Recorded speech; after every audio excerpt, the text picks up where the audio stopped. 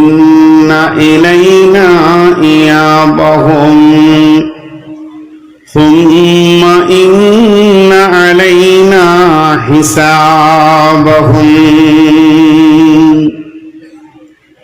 তোরা যে গতিতে হাঁট, যতটা পড়াশোনা কর, আলেম হ চাই জাহেল হ, বেঈমান হ ইমানদার হ, পৃথিবীর বুকে যে পজিশনটা তুমি গ্রহণ করবে করো না কেন, একদিন তোমাকে ওই গতিতে এনে আমার কাছে পৌঁছে দেবে।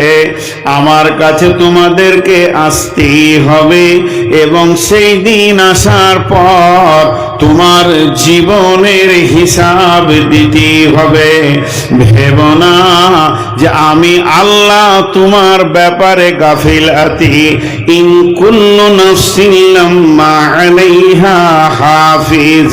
তুমি তো একটা মানুষ, তুমি হলে সৃষ্টির সেরা, এটা তো দূরের কথা, আমার প্রতিটি পিপুলিকা, ক্ষুদ্র থেকে ক্ষুদ্র প্রাণীর ওপরে আমার সূক্ষ্ম দর্শন রয়েছে। আমার নজর তার কাছ থেকে সরে না। আমি প্রত্যেকেরই কথা শুনি এবং জবাব দিই। শুধু তাই নয়, বিশ্বনবী বলেছেন, আঁধার রাত্রিতে কালো পাথরের ওপরে কালো পিপুলিকা যদি চলে, রাত্রিটা হলো আঁধার, পাথরটা হলো কালো, 3 নম্বর পিপুলিকাটাও হলো কালো। ওই পিপুলিকাটা যে চলে, আমার রব তার পায়ের শব্দ শোনেন এবং পা কোথা পড়ছে এটা দেখতে পান। শুধু তাই নয়, পৃথিবীর যত প্রাণী আছে, ইন কুল্লু নাফসিন লাম্মা আলাইহা হাফিজ, আমি রবের আয়াত অধীনে তোমরা জিন্দেগি বাসার করছো। অতএব আমি তোমাদেরকে এমন একটা গতিতে ছেড়ে দিয়েছি, এমন একটা রোডে ছেড়ে দিয়েছি, আমার কাছে তোমাদেরকে ফিরে আসতেই হবে এবং হিসাব দিতেই হবে।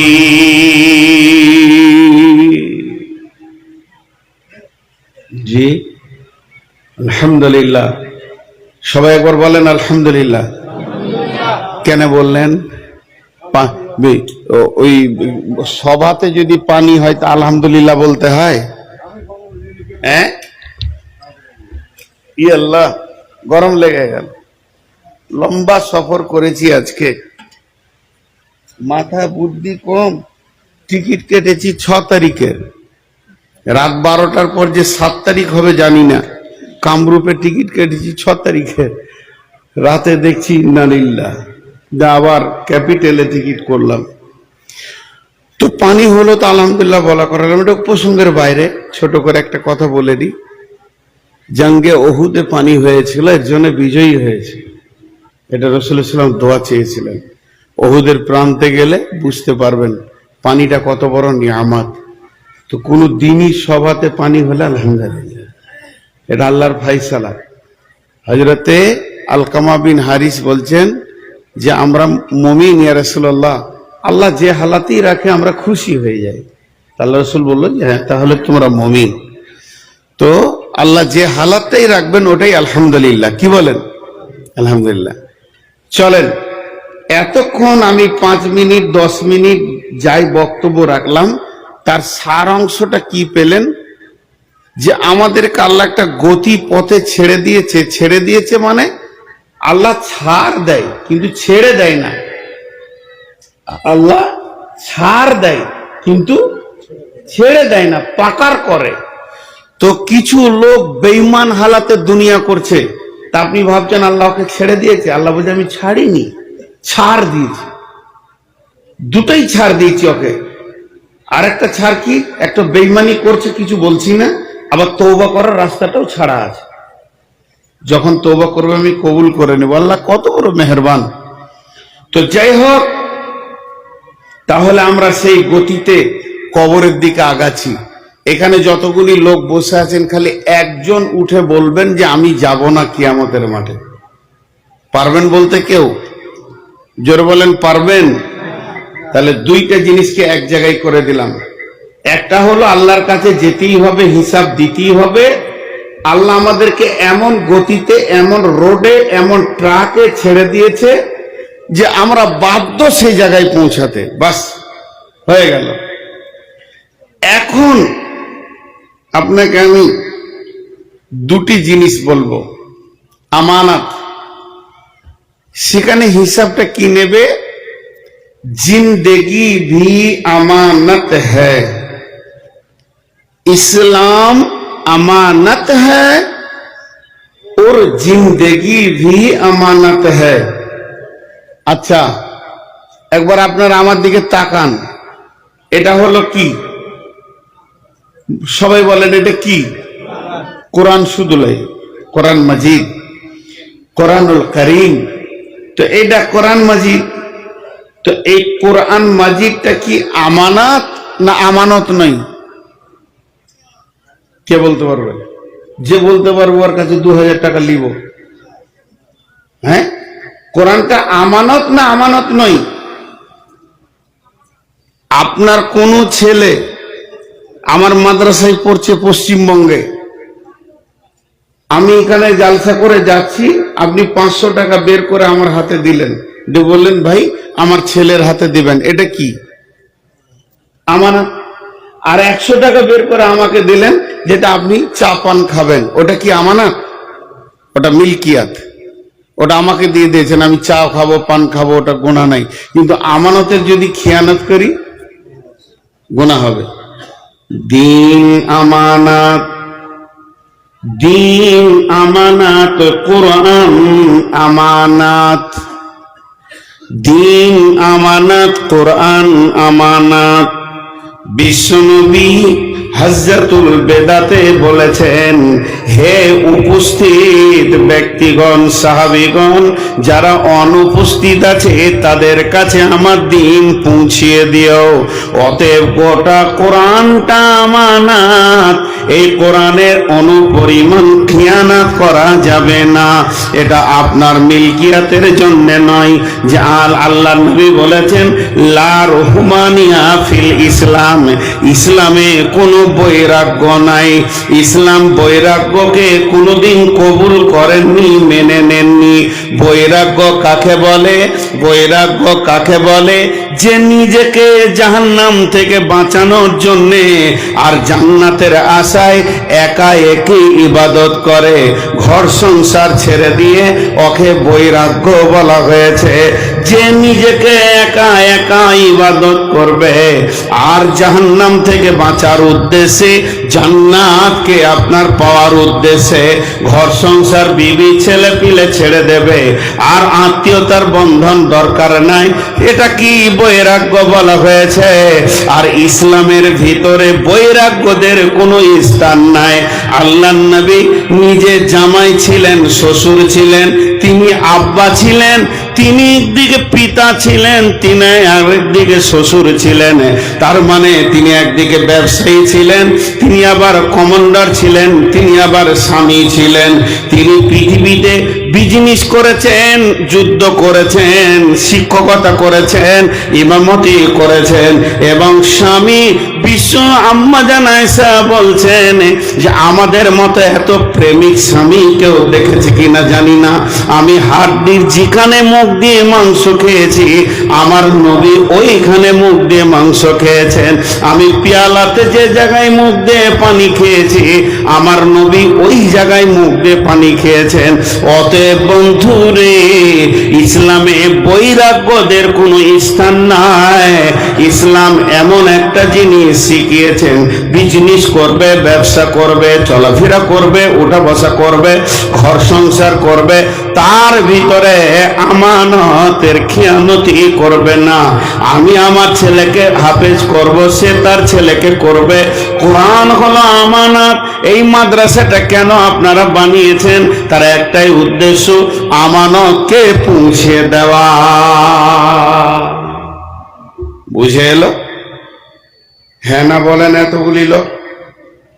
তাহলে দিন আমানত, দিন যেমন আমানত, আপনাকে টাকা দিব ওটা আমানত, পয়সা দিব এটাও আমানত, ধান চাল রাখতে দিব এটাও আমানত, আপনার কাছে কোনো জিনিসপাতি রাখবো সোনা দানা সেটাও আমানত, ওরকম দিন আমানত, এটা আপনাকে পৌঁছাইতে হবে। কিন্তু আমার আসল কথাটা হলো কি, জিন্দেগি ভি আমানত হ্যায়। আপনার আমার যে 50 বছর 60 বছর, যেদিন থেকে আমি মায়ের পেট থেকে এসে শ্বাস নিতে শুরু করেছি আর যেদিন আমার শ্বাসটা শেষ হবে, এই যে জিন্দেগিটা আল্লাহ দিয়েছে 60 বছর, 70 বছর, 50 বছর, 80 বছর, 40 বছর, 90 বছর, 65 বছর, 72 বছর, 73 বছর, এই জীবনটাও আমানত। জীবনটা কার? হায়াতটা কার? আমি যে বেঁচে আছি এটা কার? হায়াতের মালিকটাকে আল্লাহ। তাহলে তেনার খরচা আছে আমার হায়াতের পেছনে। এই মাইকটা যতক্ষণ চলছে বিদ্যুৎ খরচা আছে, তেমনি একটা মানুষ যতদিন বেঁচে থাকবে আল্লাহর একটা খরচা আছে। একজন বিজ্ঞানী বলেছেন যে অক্সিজেনটা মানুষ প্রতিদিন খরচা করছে, এই অক্সিজেনটা যদি কিনে খরচা করতে হতো বর্তমান মানে ভারতীয় মুদ্রায় তাকে 50,000 টাকা লাগতো। তাহলে প্রতিদিন আল্লাহ আমাকে 50,000 সকালে নগদ দিচ্ছেন। এবার মাথাতে চলেন, চোখে চলেন, চোখে 25 দুগুরে 50,000 লেন্স লাগানো আছে, যার জন্য আমরা সব ঠিক দেখতে পাই। একটা লেন্স টেনে নিলে 3 কে 12 দেখবো, চোখের কোনো ব্যালেন্স ঠিক থাকবে না। 25 দুগুণে 50টা কট লাগানো আছে চোখের পিছনে, যার জন্য আমি সবগুলো ঠিক দেখছি। একটা কট কাটা গেলে দেখবো যে মানুষগুলো পা ওপর দিকে হয়ে আছে। তাহলে এটাও আল্লাহর খরচা আছে। শুধু তাই খরচা নয়, কানে 15,000 করে 30,000 মাইক্রোফোন লাগানো আছে, জিভে 1.5 লক্ষ কোষ আছে। আমার এটা বাদ দেন, আমার কিডনিটার প্রতিদিন আল্লাহর খরচা আছে। এগুলো বাদ দেন, সকালবেলায় যে সূর্যটা উঠছে আর সন্ধ্যাবেলায় ডুবছে, 3খানা পরমাণু যদি ফাটিয়ে দেওয়া হয় পৃথিবীটা গলে ডাব হয়ে যাবে। 3খানা পরমাণু যদি ফাটিয়ে দেওয়া হয় পৃথিবীটা গলে ডাব হয়ে যাবে। 3খানা পরমাণু যদি ফাটিয়ে দেওয়া হয় পৃথিবীটা গলে ডাব হয়ে যাবে। তাহলে এই সূর্যটা জ্বলছে কি দিয়ে? কাঠ দিয়ে, তেল দিয়ে, ডিজেল, পেট্রোল, কাঠ, লকড়ি, পাটের খাল, আর কি? কেউ কোনোদিন চিন্তা করি নাই গ্যাসে জ্বলছে। সূর্যটা যে আলোটা দিচ্ছে, সূর্যের যে আলোটা আছে, এই আগুনের লতিটা 150 কিলোমিটার এরকম করছে, 150 কিলোমিটার। আপনাদের একবার সুবহানাল্লাহ বলতে ইচ্ছা করলো না? আগুন এরকম লতি করে কি করে না? কাঠটাই পর্যন্ত আছে, এর থেকে 2 ফুট আগুনটা এরকম করছে কি না? তো সূর্যের আগুনটা 150 কিলোমিটার লতিটা নড়ছে। বিজ্ঞানীরা বলছে একটা পরমাণুর খরচা ভারতবর্ষ 10 বছর বসে খাবে। একটা পরমাণুর খরচা ভারতে যতগুলো প্রাণী আছে, মানুষ আছে, কাউকে কাজ করতে হবে না, বসে 10 বছর খাবে। 3খানা পরমাণু ফাটিয়ে দিলে বিশ্বটা গলে ডাব হয়ে যাবে। বিজ্ঞানীরা বলছেন আমরা ক্যামেরা দিয়ে দেখলাম, যত দূর আমাদের ক্যামেরাতে এসেছে জুম করে যতটা পেয়েছি, শুধু সূর্যের আলোটাকে আল্লাহকে জ্বালাতে প্রতি সেকেন্ডে সূর্যের মুখে 1.5 লক্ষ পরমাণু বাষ্ট হচ্ছে।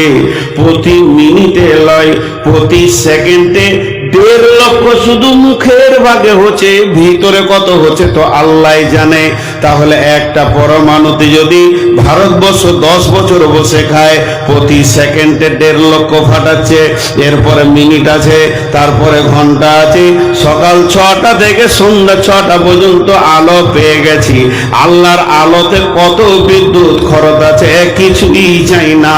আল্লাহ খালি বলেছেন আফালা তাশকুরুন, তোদের টাকা লাগবে না, পয়সা লাগবে না, তোদেরকে বিল লাগবে না, কিছুই লাগবে না, শুধু মুখ দিয়ে বলবি আলহামদুলিল্লাহ, এতে আমি খুশি হয়ে যাব। কিন্তু তোরা এত বেঈমান, এইটুকু বলতে তোরা চাস না। আফালা তাশকুরুন, তোদের শুকরিয়া করার মতো মানসিকতাটাও নাই। এবার বলেন আমার জীবনটা আমানত কিনা? আমার জীবনটা আমানত কিনা? আমানত। এখন আমি মেন আয়াতে চলে আসলাম। আল্লাহ বলছে আমি 2টো হিসাব লিব, কাউকে ছাড়বো না। 2টি হিসাব আমি লিব, কাউকে ছাড়বো না। আমার কাছে যখন আসবে একটা হলো জীবনের হিসাব, জানের, আর একটা মালের। দুটি হিসাব দিয়ে তোমরা উঠে যাবে। আল্লাহ রসুল বলেছেন কিয়ামতের মাঠে যতক্ষণ পর্যন্ত 5টা প্রশ্নের উত্তর না দিতে পারবে ততক্ষণ বানি আদমকে একটা পায়ের উপরে ভর দিয়ে আর একটা পায়ে দাঁড়াতে দিবে না। সেটা তো অনেক বিস্তারিত তফসিরের কথা, কিন্তু আমি দুটি কথা আপনাদের সামনে বলছি, কারণ এই দুটি আল্লাহ কিনে নিয়েছেন। কোরআনে বলছেন বিসমিল্লাহির রহমানির রহিম ইন্নাল্লাহা আশতারা মিনাল মুমিনিনা ইন্নাল্লাহা আশতারা মিনাল মুমিনিনা আনফুসাহুম ওয়া আমওয়ালাহুম বিআন্না লাহুমুল জান্নাহ। রব্বুল আলামিন বলেন, নিশ্চয় আমি মুমিনের কাছ থেকে কিনে নিয়েছি মুমিনের জান আর মালকে জান্নাতের বিনিময়ে। হে মুমিন, তোমার জানটা তোমার নয়, তোমার মালটা তোমার নয়, এগুলো আমি রবের, এগুলো আমি আল্লাহ কিনে নিয়েছি জান্নাতের বিনিময়ে। মাঝে একটা কথা জিজ্ঞেস করি, অনেকদিন আসাম আসিনি। সত্য কথা বলতে কি, বেশ কিছু মহব্বতের মানুষ আছে, খুবই ফোন হয়, কিন্তু আসাম আসতে মন চাই না। অনেক দূর মনে হচ্ছে এখন, এগুলো আর কাঁচা নাই। এখন যদি আমার সুগারের মাপটা বলে দিই তা আপনারাই শুয়ে পড়বেন। 488 সুগার, আপনারাই শুয়ে পড়বেন। দুটা পা আগুনের মতো জ্বলছে 24 ঘন্টা। আল্লাহর ফায়সালা, আল্লাহ কবরে টানবে, তার গিফট দিয়েছে আমাকে, উপহার দিয়েছে গুনাহ মাফের জন্য। এর জন্য কবুল করে নিয়েছে আলহামদুলিল্লাহ। যেদিন ডাক্তার প্রথম বলে সুগার, আমি বললাম আলহামদুলিল্লাহ। ডাক্তার তো অবাক, হিন্দু, বলে কি বললেন? বলে শুকরিয়া করলাম আল্লাহ।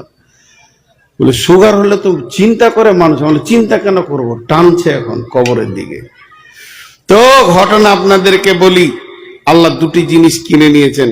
আমি যদি কোনো বিজনেস করতে চাই লক্ষ্মীপুরে, আমার বাড়ি পশ্চিমবঙ্গ, এখানে 5 কোটি 6 কোটি টাকা ফাঁসাবো, ওখান থেকে এসে এখানে বিজনেস করতে পারবো না, সম্ভব নয়। এলাকার কাউকে নিতে হবে।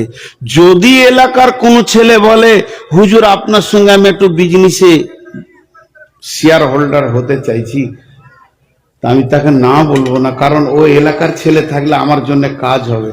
তবে কি তাকে গ্রহণ করে নিব? আমার এখানে পরিচিত লোক নাই, আব্দুল কুদ্দুস ভাই নাই, আব্দুর রাজ্জাক ভাই নাই, মানোয়ার নাই, মুজাম্মেল নাই, যে এদেরকে এক কথা জিজ্ঞেস করব না? করব কি করব না? এরা যখন বলবে ছেলেটা আমানতদার, খুব ভালো, তখন টাকা ফাঁসাবো। আর যদি বলে বেঈমান, কি বলেন? তা আল্লাহ বিজনেস করতে চাইছেন আমাদের সঙ্গে, কিন্তু শর্ত কি করছেন দেখেন, ইন্নাল্লাহা আশতারা।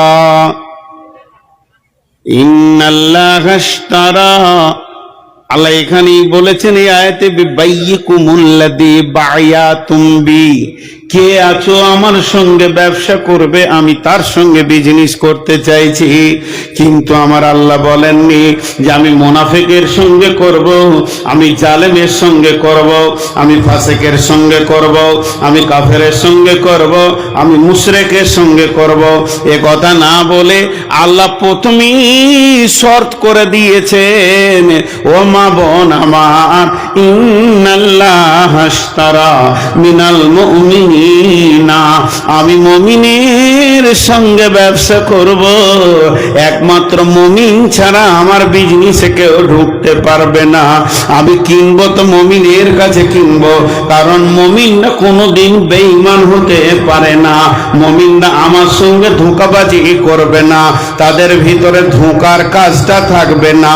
মিনাল মুমিনিনা আনফুসাহুম ওয়া আমওয়ালাহুম বিআন্না লাহুমুল জান্নাহ, আমি মুমিনের জান আর মুমিনের মালকে জান্নাতের বিনিময়ে কিনে নিয়েছি।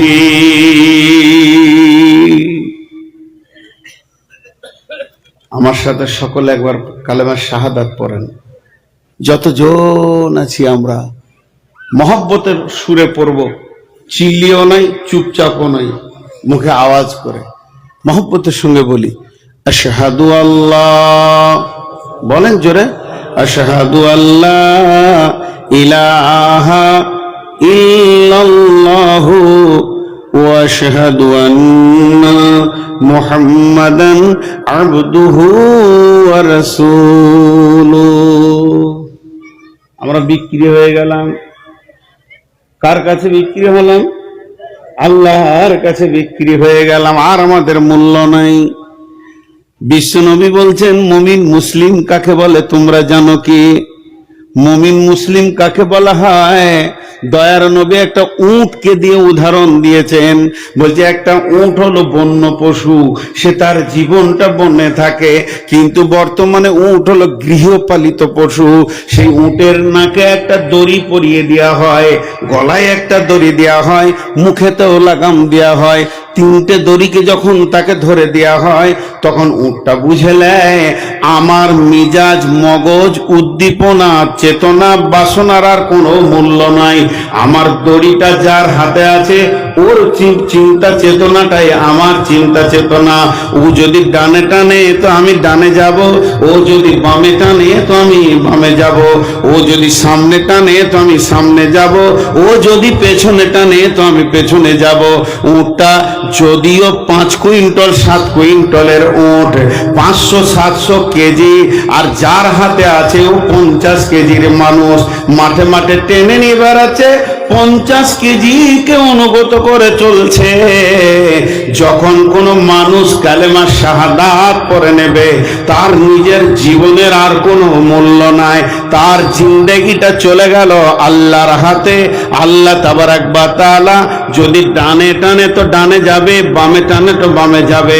যখন তাকে প্রয়োজন আল্লাহ ব্যবহার করবে, প্রয়োজন না থাকলে ব্যবহার করবে না। সেই সাথে আল্লাহ বলে দিয়েছেন মা আতাকুমুর রাসূলু ফাখুযুহু ওয়া মা নাহাকুম আনহু ফান্তাহু।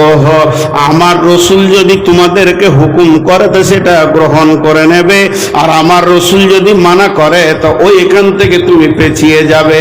হে মুমিন, একটা মুমিনের মাল আর একটা মুমিনের জান সে কোনোদিন স্বাধীন ব্যবহার করতে পারে না, পারে না, পারে না। বুঝাতে পারলাম? যা এতগুলো লোক হ্যাঁ না বললে না, চুপ করে আছে। আমার কথা বুঝতে পারছেন? অনেকদিন পরে এসছি তো বুঝতে নাও পারেন, কারণ আগের মতো আর জোর জজবা নাই, দাড়ি পেকে গেছে। পরশুদিন কোথায় প্রোগ্রাম? এটাই শ্যামলবাড়ি, ওটা পরশুদিন বক্তব্যের বিষয় রাখবো লা তাহজান, কিয়ামতের দিনটা আনন্দের দিন করব। পরশুদিন কোনো টেনশন নাই। এতদিন শুনে এসছি কিয়ামত খুব বিপদের দিন, জি না, ওর থেকে আনন্দের দিন আর হতেই পারে না। রসুলের হাদিস এবং কোরআনের আয়াত দিয়ে নতুন তফসির একটা সংগ্রহ করা হয়েছে। অতএব পরশুদিন সবাই যাব ইনশাআল্লাহ। কে কে যাব না হাত তুলি। 3 জন যাবে না, কই যাবে? জি, আজও থাকেন সেদিনও চলেন, এটাও মাদ্রাসা ওটাও মাদ্রাসা। মুমিন যেখানে আল্লাহর দ্বীনের উপকার হবে দেখে দাঁড়িয়ে থাকতে পারে না, কাজে লেগে যাবে। জি, গোলাপ ফুলেও মধু আছে, বেলি ফুলেও মধু আছে, আর ভোমরা সব জায়গায় মাল লেবে। তো জান আর মাল কেউ আজ পর্যন্ত বলতে পারবে না যে আমার জান আমার, আমার মাল আমার। এগুলো কার? জোরে বলেন কার? চলেন আগে জানটাকে ধরি। আমার জানের হিসাব শুরু হয়ে গেল কিয়ামতের মাঠে, এখন মালটা থাক। রব্বুল আলামিন বললেন নূর মোহাম্মদ এখানে আয়, তোকে হিসাব দিতে হবে তোর জানের। আজকে কয় তারিখ? 23 সালের ডিসেম্বরের আজকে কয় তারিখ? 7 তারিখ। রব্বুল আলামিন বলছেন বল তুই 7 তারিখে কি করেছিলি? একটা দিনের কথা বলছি, এটা কেমন করে হিসাব দিতে হবে। আমার বয়স 70 বছরে আমি মারা গেলাম। 70 বছরে প্রতি বছরের একটা করে হিসাব দিতে হবে তা নয়, প্রতি সেকেন্ডে দিয়ে আল্লাহকে পুজিয়ে দিতে হবে। আল্লাহ তাবারাক ওয়া তাআলা বলছেন, সুম্মা তুরাদ্দুনা ইলা আলিমিল গায়বি ওয়াশ শাহাদাতি ফায়ুনাব্বিউকুম বিমা কুনতুম তা'মালুন। যখন আজরাইল তোর জানটা নিয়ে যাবে আল্লাহর কাছে, তো আমার রব এত বড় ভাষ্যকর, আমার একটা আয়াতকে বুঝাতে আপনাকে 3 ঘন্টা 2 ঘন্টা লেগে যেতে, কিন্তু আমার রব আমার 70 বছরের জীবনটা 70 সেকেন্ডও নেবে না। 1 সেকেন্ডের 70 ভাগের 1 ভাগে তিনি আমাকে বর্ণনা করে বুঝিয়ে দেবেন আমি জীবনে কি কি আমল করে এসেছি। ফায়ুনাব্বিউকুম বিমা কুনতুম তা'মালুন। সেই রবের সামনে যখন গিয়ে আমি দাঁড়াবো, আল্লাহ বলবেন, নূর মুহাম্মদ তুই বল বৃহস্পতিবারটা কিভাবে কেটেছিল। আমি বলবো, আল্লাহ ফজরের সালাত পড়েছি। বলে ঠিক আছে, তারপরে মাঠে গেছিলাম, বাজারে গেছিলাম, ঘাটে গেছিলাম, পারিবারিক কাজে গেছিলাম। ঠিক আছে, চল আগেবার। এরপরে জোহরের আজান হলো, মসজিদে সালাত আদায় করলাম। বেনামাজিদের কথা এখন তো বলছি না, এদের কথা বাদ দেন। এরপরে যারা সালাত আদায় করে সেই মুমিনের কথা বলছি। জোহরের নামাজ পড়ে খাওয়া করে শুয়েছিলাম, আসরের সময় উঠলাম, যে আসরের সালাত আদায় করলাম। ও দয়ালে মাবুদ রে, এরপরে একটু কাজ ছিল, হালকা কাজ করলাম, গরুগুলোকে খেতে দিলাম আগেবার।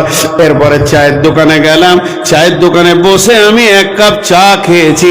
চাটা বানানো ছিল না, বানাতে গিয়ে 20 মিনিট লেগে গেছে। বলে আরো আগেবার। এই পর্যন্ত ঠিক আছে। তারপরে চা খাওয়া হলো, চুপ করে চায়ের দোকানে বসে বসে হাজী সাহেবের বিরুদ্ধে কথা বলছিলাম। আল্লাহ বলবে কেন? আল্লাহ যদি একবার কেন বলে দেয়, বিশ্বনবী বলেছেন, যেদিন কিয়ামতের মাঠে সওয়াল জবাব চলবে রে, আল্লাহ যদি কেন বলে, দয়ার নবী বলছে তুমি আর চিন্তা করিও না, তোমাকে জাহান্নাম যেতেই হবে। আল্লাহর কেনকে টপকিয়ে পারহার মতো পৃথিবীর কোনো উত্তরদাতা নাই।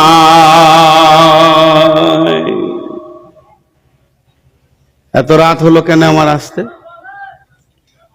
জি, আমি কামরূপে আসবো, 12টায় নামবো, এখানে মানোয়ারের ঘরে দুপুরে ভাত খাবো, এখানে রাতে আসবো, সব ফাইসালা হয়ে আছে। মানোয়ার ভাই বলেছে গাড়ি আমার এই সফরে আপনার জন্য ফ্রি থাকবে, কোনো টেনশন নাই। আমার মনের আশা যে আপনি বহুদিন পর আসামে এসছেন, গাড়ি আমার থাকবে। তো উনি ওনার সালার গাড়ি উনি পাঠিয়েছেন। ওনার বলছে কোনো মাহফিল আলাকে গাড়ির কথা বলি না, ওর আবদার। আর পশ্চিমবঙ্গে গেলেও আমার গাড়ি চাপাবে। তো যাই হোক, আমি ওখানে আসবো, কিন্তু আল্লাহর ফাইসালা। কেন এত লেট হলো? লেট হওয়ার কারণ হচ্ছে কামরূপে টিকিট করেছি 6 তারিখে, আর রাত 12টার পর যে ওটা চেঞ্জ হয়ে 7 তারিখ হবে, আমাকে হুঁশ নাই। আমি ভাবছি এইদিকে চাপবো তো 6 তারিখ, আর তাড়াতাড়ি করে ক্যাপিটালে করলাম, লেট হয়ে গেল। এটা আমি আপনাদেরকে বুঝিয়ে দিলাম। ধরেন আমি জালসাই এলাম না, কোনো কারণ নাই, চুপচাপ শুয়ে আছি, মিথ্যা কথা বললাম, ঝুঁক একদম, যে আমার বড় দুলা ভাই মারা গেছে। সে মরেছে আজকে 7 বছর আগে, ওটাকে রিপেয়ার করে দিলাম। আপনারা ভাবলেন যে ইন্না লিল্লাহি ওয়া ইন্না ইলাইহি রাজিউন, আমাকে কিছুই ধরতে পারলেন না। মানুষকে নানা রকম বুঝিয়ে ফাঁকিবাজি দিয়ে পার হওয়া যাবে, কিন্তু আল্লাহকে।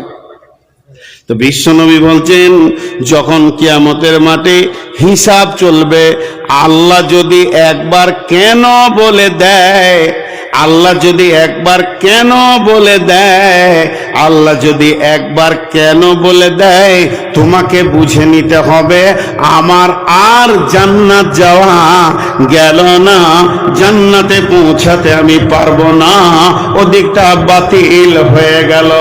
অতএব বন্ধুরে, 70 বছর জীবনকে আমাকে প্রতিদিন প্রতি মিনিট আল্লাহকে বোঝাতে হবে। এর ভিতরেও যদি কেন একবার এসে যায়, তাহলে আমি জান্নাত যেতে পারবো না।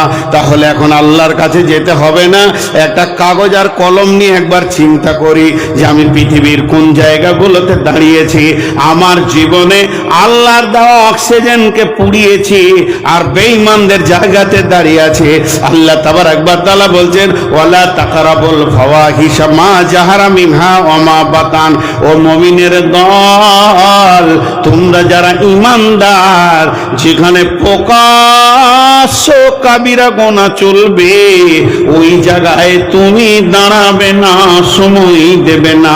কারণ সময়টা আমার, নিঃশ্বাসটা আমার, ওয়াক্তটা আমার। খবরদার তুমি ওই জায়গাতে গিয়ে দাঁড়াবে না। অথচ আমি দাঁড়িয়েছি সেই জায়গাতে আল্লাহর দেওয়া, আল্লাহর নারাজির মতো আল্লাহর দেওয়া জিন্দেগিকে আল্লাহর নাফরমানি জায়গাতে খরচা করে দিয়েছি।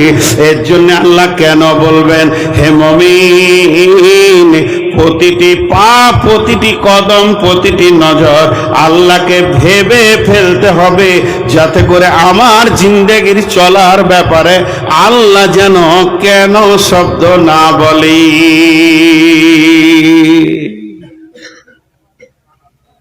এবার মাল, জান হলো এবার মাল। জি ভাই, আমার 4 বিঘে 6 বিঘে 10 বিঘে জমি আছে, বেটা নাই বেটি আছে, ভাতিজারা ভাগ পাবে। আমার বিবির জমি আছে, বেটি আছে, বেটা নাই, ওর ভাতিজারা পাবে। আমি দেখছি যে মরে যাওয়ার আগে ভেজাল চুকিয়ে দিই, বেটির নামে করে দিলাম, সব চলবে? মাল তো আমার। আল্লাহ বলছে তোর মাল কে বললে? তুই কালেমা পড়ে নিয়েছিস, ওই মালটা কেমন ভাবে ভাগ হবে কোরআন বলে দিয়েছে। মাল কোথা খরচা হবে কোরআন বলে দিয়েছে। তোর স্বাধীনতায় তো মাল খরচা হবে না। আপনাদের দিকে এরকম লোক আছে? মনে হয় নাই। জি, যে একজনকে ফাঁকি দিয়ে আর একজনকে জমি লিখে দেয়া? আসামে নাই, আলহামদুলিল্লাহ। আছে? মেয়েদেরকে ফাঁকি দিয়ে ছেলেকে লিখে দেয়? আছে? জি, এইখানেই হিসাব চলে আসবে। ধ্যান দিয়ে শোনেন। আল্লাহ তাবারক ওয়া তাআলা বলছেন, হে মুমিন, মাল তো তোমার নয়, মাল আমার। এবার মালের দুটো ভাগ, একটা হলো দান খয়রাত খরচা করা, আর একটা হলো লেখালেখি করা। বিশ্ব নবী বলছেন, মান কাতা আমেরা সাওয়ারিসিহি কাতা আল্লাহু মিরাসাহু ফিল জান্নাতি ইয়াউমাল কিয়ামা। কঠিন কিয়ামতের দিনে যারা নিজের মালকে, একজনকে ফাঁকি দিয়ে, দুইজনকে ফাঁকি দিয়ে, মেয়েকে ফাঁকি দিয়ে ছেলেকে লিখে দিল, আর আমার মতো ভাতিজাকে ফাঁকি দিয়ে মেয়েকে লিখে দিল, যারা এই গুনাহটা করবে আল্লাহর নবী বলছেন তার জান্নাত কাটা যাবে, এবং তার মেয়ে, তার ওই যে জান্নাত কাটা যাবে, এবং তার জান্নাতটা কেটে এসে তার মেয়েকে দিয়ে দেবে, আর ওই লোক জাহান্নাম চলে যাবে। আল্লাহ তাবারক ওয়া তাআলা ওই লোকটা নামাজ পড়েছে, সালাত পড়েছে, কোনোদিন কামাই করেনি, হজ করেছে, উমরা করেছে, কোনোদিন কামাই করেনি। শুধু তাই নয়, তাহাজ্জুদের নামাজ পড়েছে, রোজা রেখেছে। পৃথিবীর যত নেকি করবে করুক না কেন, যেদিন মারা যাবে সমস্ত জান্নাতটাকে কেটে ওয়ারিসদেরকে দিয়ে দেয়া হবে, আর ওয়ারিসদের জাহান্নামের সুলি তার গলায় চাপিয়ে জাহান্নামে দিয়ে দেয়া হবে। আল্লাহর নবী বলছেন ওই লোকটা কত বড় গুনাহ করেছে।